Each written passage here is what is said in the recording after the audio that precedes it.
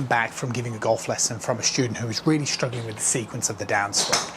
And he was a bit of a Hogan fanatic and would talk a lot about hip rotation and talk a lot about driving elbows, and it was kind of getting him into a little bit of a mess. So I thought we'd create a video on the subject area of exactly how we're supposed to move in the downswing position. And the reason why I'm putting a big sort of cross through the idea of rotation is because, yes, in the downswing position you want to turn your body towards the target, but arguably what's just as important as that is something known as hip depth. Now, what needs to happen in the golf swing is two things. One, we need to rotate, so it means my body needs to move towards the target, but the second thing that needs to happen is linear motion. So see the way that my pelvis moves towards the left as I do this. Now, when you can navigate both of those motions together, this produces something known as a tilt. And a tilt is basically my pelvis moving to the left, my head staying pretty still, and therefore my right shoulder dropping down. This is really important. So when you are practicing, if you are the kind of person who feels equally that you are struggling with your downswing sequence, and the more that you try and rotate in your downswing, the more that you end up swinging over the top, then this is because you are not rotating correctly.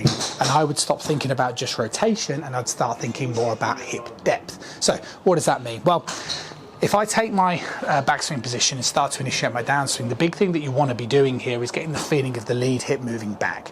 Now, as my lead hip moves back and as it stays back, this will make me produce more of what's known as a tilt. If I sort of just start my downswing and I fire my right hip forward, all that does is it shoves the club and everything else miles out in front of me, which makes me swing either over the top, or I have to pull down on the club, which makes me massively inconsistent.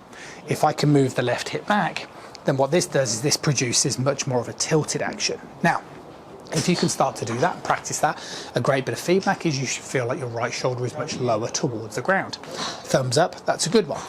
Second thing that I want you to work on from here is now, instead of necessarily driving the elbow, which is not necessarily a bad thought, what I want you to start doing is I want you to start thinking more about releasing the club.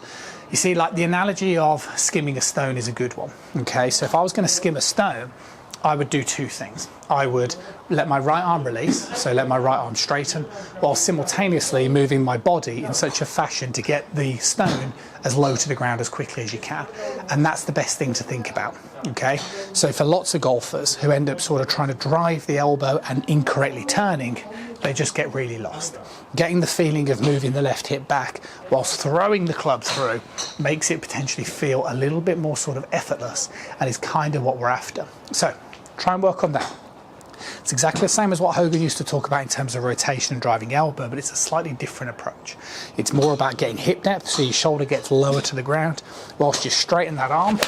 And what that'll do is that will give you the ability to release that club correctly and improve your swing no end. I'll see you soon.